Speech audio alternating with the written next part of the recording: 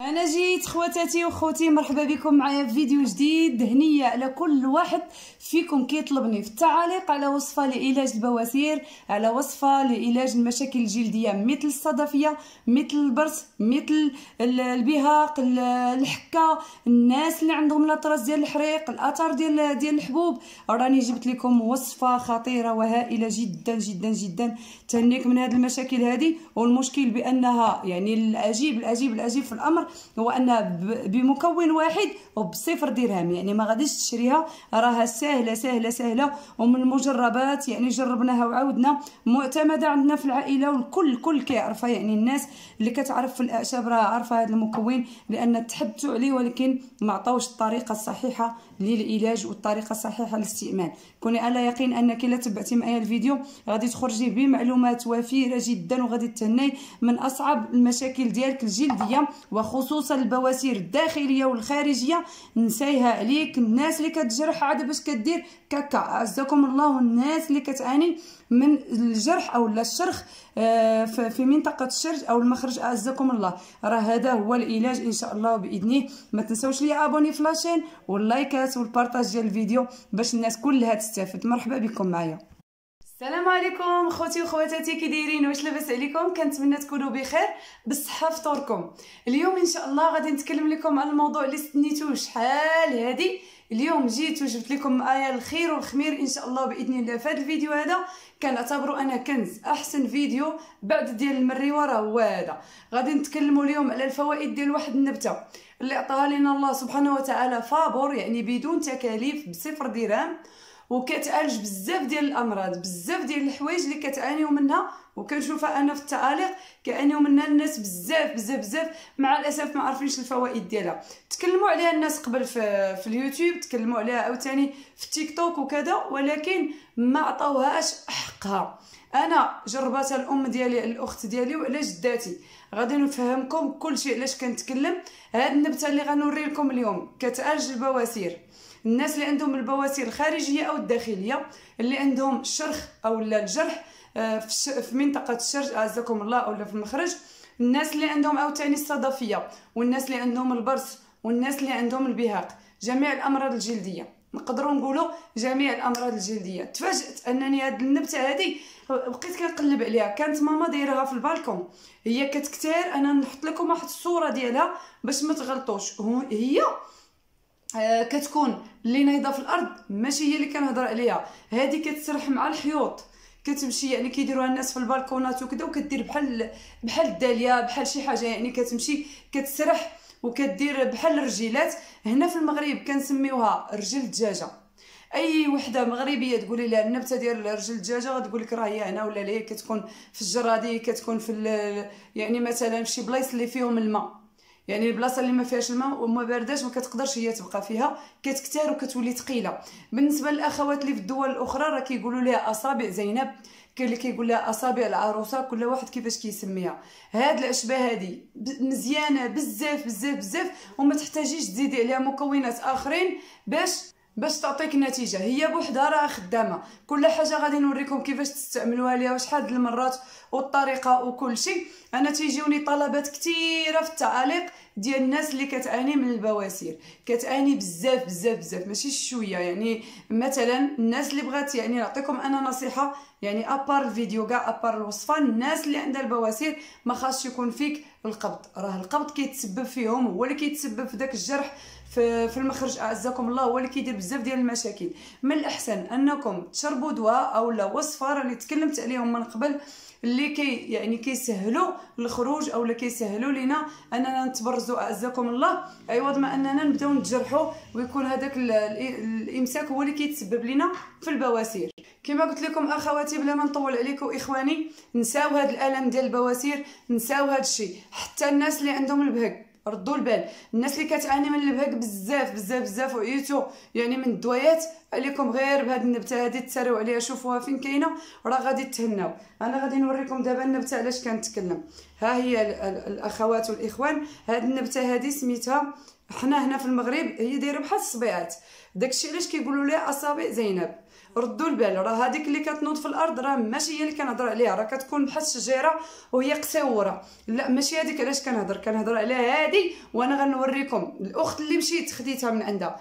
انا بديت لكم البدايه ديال الفيديو اللي بغيت نعطيكم فيه الوصفه ديال علاج البواسير هذه اسبوع، وقسما بالله البنات اسبوع دابا، وغادي نخليها لكم في نهايه الفيديو.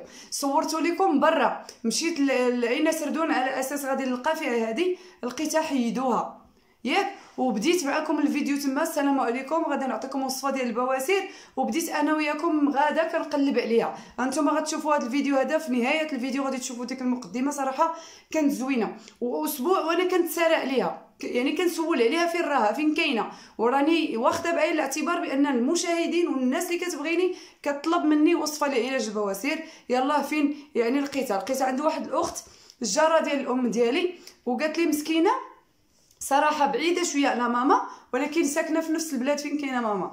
قالت لي مسكينه انا راه ولدي نط لي حبوبه هنا فوق عينه في هذه البلاصه، كما كتعرفوا كثيرين فيها العروق وحساسه. قالت لي ملي ديتو يعني دوزو داكشي، قالوا ليه راه دارت العروق لداخل بزاف، خاصنا ضروري نفتحوها باش نحيدوها. قالت لك ملي خفت من الفتيح في هذه المنطقه جيت بديت تنحيدها، والماء ديالها كنديروا ليه هنا.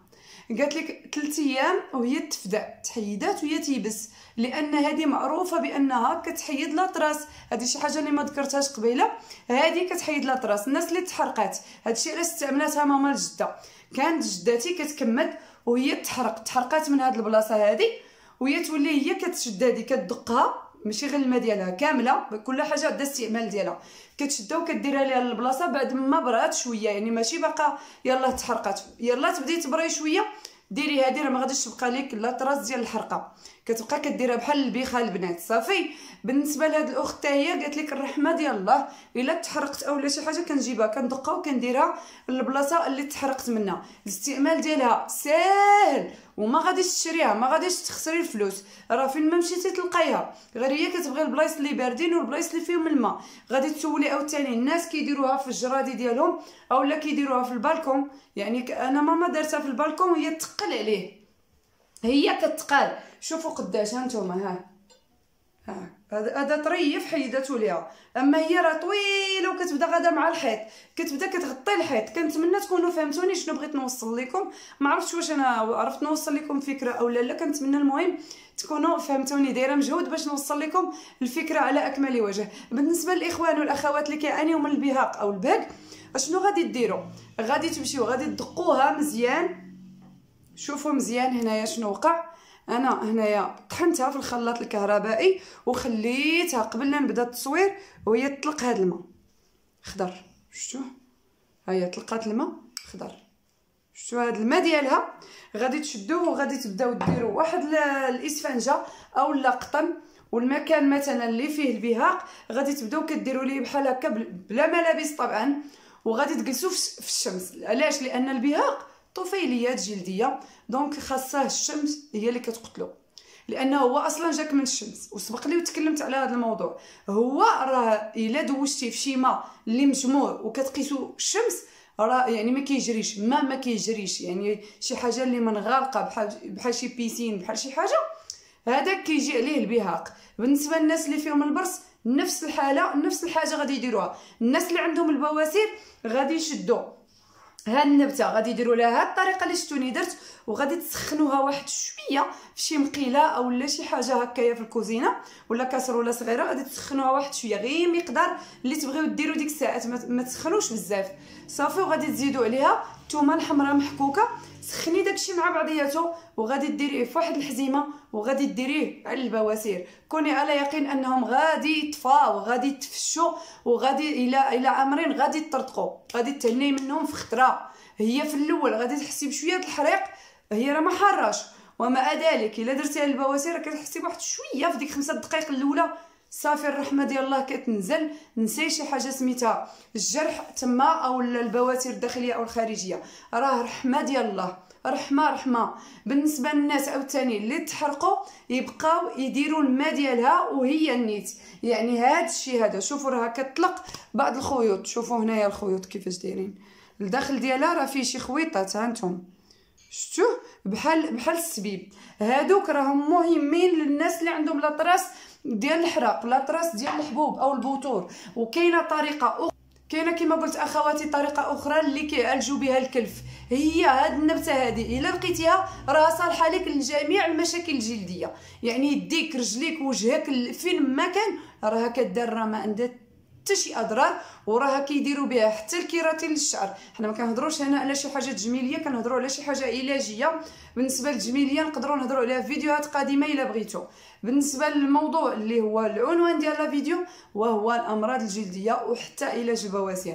بالنسبه للبواسير وريتكم، بالنسبه للبهق وريتكم اولا البهاق، يعني الطريقه سهله ما عندكم فاش توحلوا. شوفوا شي حد اللي يعطيها لكم، راها كتعطى فابور وكتكون حتى في الجرادي ديال الدوله، يعني راها موجوده. وسورتو هاد البلايص اللي كيكون كيما قلت فيهم الماء اولا ما بلا ما كيكونوا هي باردين، كتكون هي كيديروها الدوله كيزينوا بها الحيوط يعني ديال شي جرده كتبدا طالعه، هي كدير الجدر وكتمشي مع الحيوط، ما كتبغيش هي تمشي مع الارض، كتمشي مع الحيط.